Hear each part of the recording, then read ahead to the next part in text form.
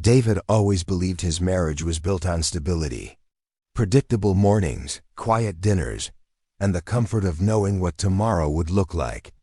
Emily never complained, but there were times her eyes wandered past the moment, searching for something unnamed. He thought it was just life, the slow settling that came with years together. Then one evening, over a simple meal, she spoke of an idea that caught him off guard. She called it a different kind of family. Her tone was light, almost playful, but there was an undertone he couldn't quite place. She spoke about connection, about expanding the meaning of love beyond the limits they'd always known. He laughed, assuming it was a passing thought. But her gaze lingered on him, testing his reaction, as if weighing whether to push further. It wasn't long after that Ryan reappeared in their lives. An old friend of Emily's, someone David had met only once years ago. Ryan had been through a divorce, a little worn but carrying the kind of energy that drew people in. When Emily mentioned he was in town, she suggested inviting him over, describing it as harmless, just a chance to catch up. David agreed without much thought. The first night Ryan came by, Sophia was with him, his younger sister, warm and easy to talk to. The four of them sat in the living room, sharing drinks and stories. Ryan talked about travel, late-night adventures, and the freedom he'd rediscovered since his divorce. Emily leaned forward as he spoke, laughter bubbling out more freely than David had heard in months. Every now and then, she'd glance at Ryan in a way that felt more alive, her eyes catching his with unspoken familiarity. David noticed but didn't dwell on it.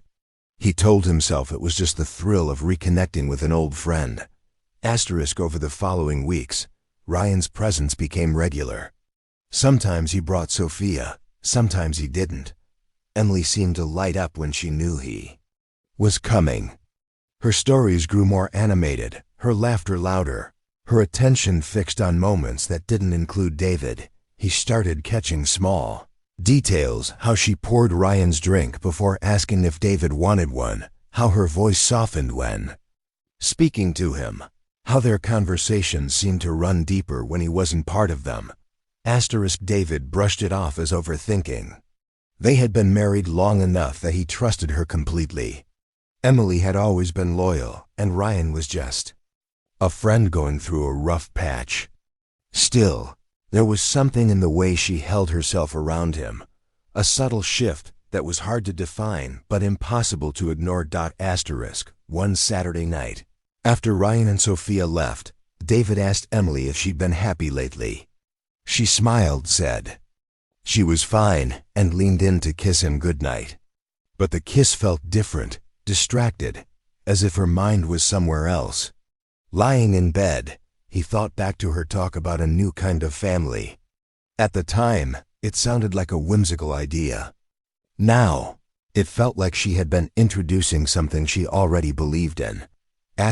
He told himself that trust was stronger than suspicion, that people could change without it meaning anything was wrong.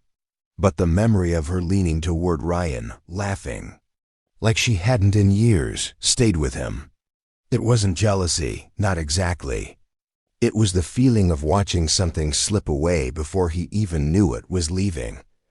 The last thing David remembered before falling asleep was Emily's voice from earlier that evening, asking Ryan if he'd come by next week to help with something.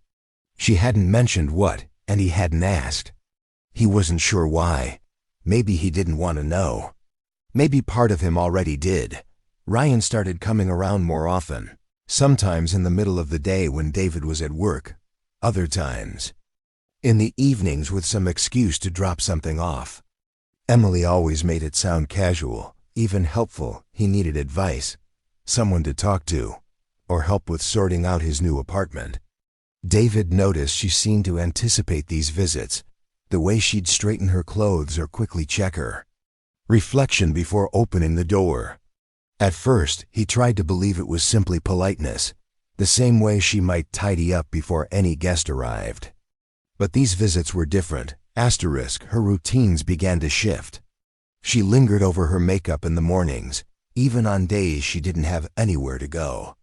She started buying clothes David had never seen her wear before, softer fabrics, colors. That caught the light. When he asked about it, she laughed and said she just wanted to feel good about herself again. It should have been a good thing, yet something about the timing made it sit uneasily in his mind. One night, she told him she was going to help Ryan with a project at his place. It was late for that sort of thing, but she didn't seem concerned. She left with a small bag and a bright smile, promising she wouldn't be long. David stayed up, telling himself not to watch the clock. Hours passed. When she finally came in, it was close to midnight.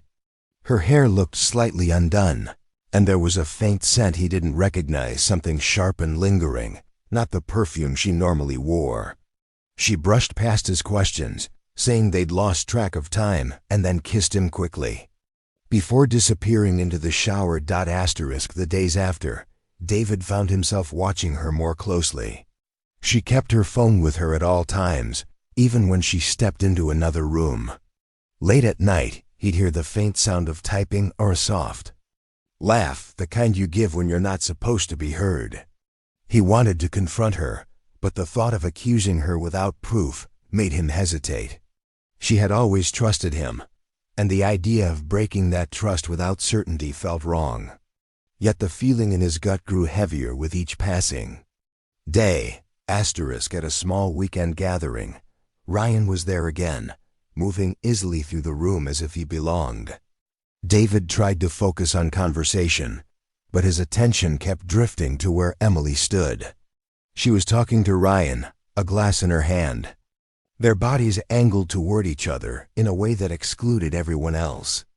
At one point, Ryan said something that made her laugh, not the polite kind of laugh she offered acquaintances, but the warm, unguarded kind that came from somewhere deep. David caught the way Ryan looked at her in that moment, and more importantly, how she looked back. It wasn't just friendship. There was something charged in the air between them, something unspoken but undeniable.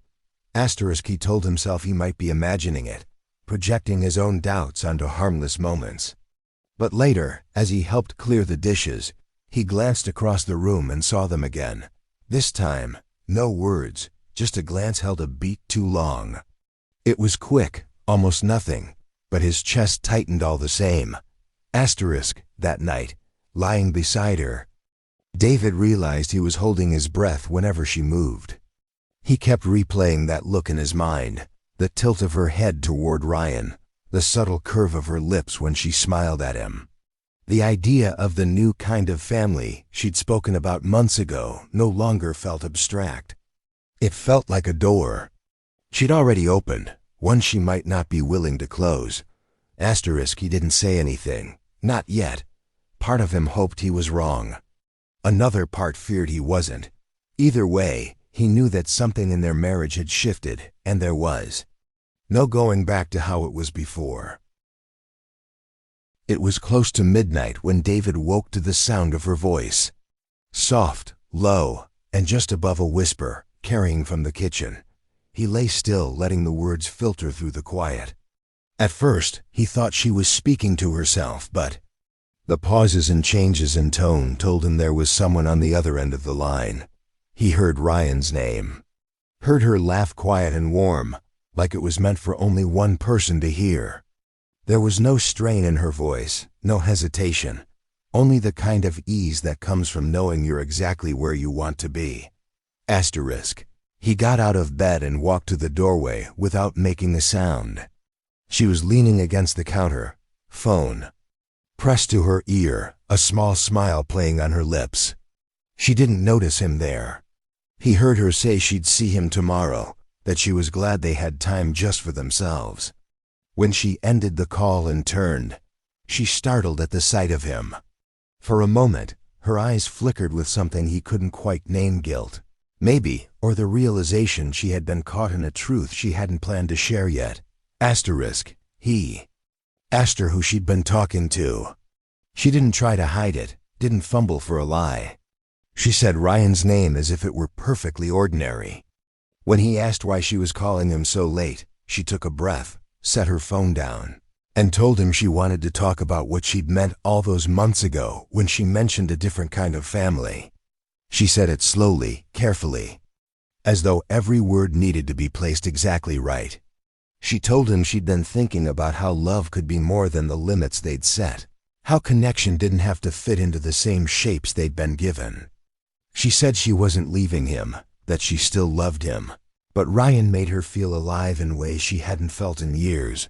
Her voice was steady, but there was something in her eyes that told him she'd already decided where she stood. She wasn't asking for permission. She was telling him how it would be. She framed it like an evolution, a choice to expand their life instead of confine it. She spoke about Ryan as if he were already part of their world, someone who belonged there. Alongside them, David stood there, listening, his hands cold at his sides. It wasn't that she was shouting or confessing some dramatic betrayal. It was the calm in her tone, the certainty, as though what she was saying was the most reasonable thing in the world. He wanted to tell her she was wrong, that marriage didn't work that way, that the bond they had wasn't something you could stretch without breaking. But the words wouldn't come. All he could feel was the ground shifting under him. He told her he didn't understand, and she smiled in a way that made him feel like she was already somewhere he couldn't follow. She reached for his hand, but he stepped back. The kitchen felt smaller now, the walls closing in. He saw flashes of Ryan's easy grin, the way Emily's laughter changed around him, the moments that had seemed harmless until now. She said they could make it work, that it didn't have to mean losing what they had. But to him, the idea of sharing her in any way felt like losing everything at once. He realized she wasn't asking whether he could accept it. She was asking how long it would take for him to catch up. He turned away from her, moving toward the hallway. His chest was tight, his thoughts heavy and scattered. Behind him, her voice followed, still calm, still certain, telling him they would be okay, that he just needed time. He didn't answer. He knew time wouldn't change what he'd heard, what she'd admitted. As he stepped into the darkened living room, he looked around at the space they had built together. The photos, the quiet corners, the familiar comfort, it all felt like it belonged to another version of them. The life they'd shared had been cracked open, and whatever came next wouldn't be the same. He stood there for a long moment, knowing that if this was her new kind of family, he wasn't sure he could live in it. And even if he stayed, he would never see her, or them, the same way again. Morning light slipped into the room, but David stayed still, staring at the ceiling, listening to the quiet weight of the house. Emily moved in the kitchen, her footsteps measured, the clink of a cup against the counter sounding too normal for what they'd said the night before. He rose slowly, his body heavy, as if each step toward her was a choice he didn't want to make. She greeted him with a soft smile, sliding a mug toward him, as if nothing had changed. He noticed her phone face down on the counter, close enough for her to reach without thought. They spoke about small things at first, the kind of morning talk they'd always had: weather, errands, schedules. It felt rehearsed, a fragile cover, stretched thin over something much larger. When he finally mentioned the conversation from last night, she didn't flinch. She said she'd been thinking about it for months, about how their lives had fallen into a rhythm that left her feeling like she was fading into the background. Ryan, she explained, wasn't about replacing David, but adding something she needed. Something she couldn't ignore anymore.